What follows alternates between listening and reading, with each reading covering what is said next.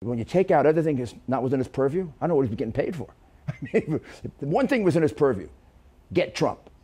Well, but you mentioned something a second ago, and if I may interrupt, declination. On declination, Department of Justice guidelines, you don't exonerate or you don't attack.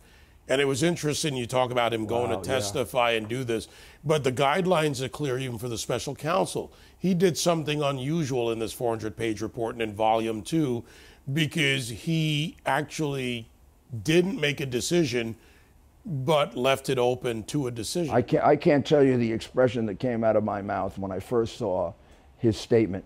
Although we cannot conclude that the president obstructed justice, we can't exonerate him.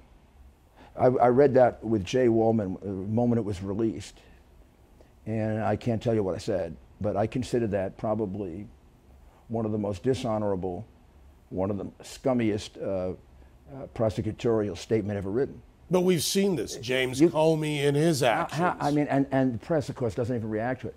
I thought Congressman, I think it was Turner, ripped him apart when he asked him, where's the Department of Exoneration in the Justice Department? Where's the Department of Exoneration in any prosecutor's office? Did you ever exonerate anybody, Bob, ever in your 19,000 years as a prosecutor? Is there a process for exoneration? This is absurd. It turns our whole system of justice on its head, going back 2,000 years.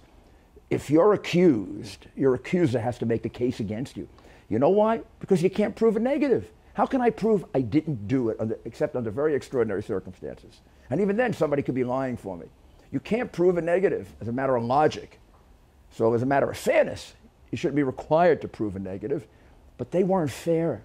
They weren't fair. There seemed to be a different set of rules for President Trump. Somebody should just take the curtain away. This is, New York Times, Washington Post, CNN, bull. These guys were extraordinarily unfair. Basically, the inmates were running the asylum because this guy wasn't capable of running it.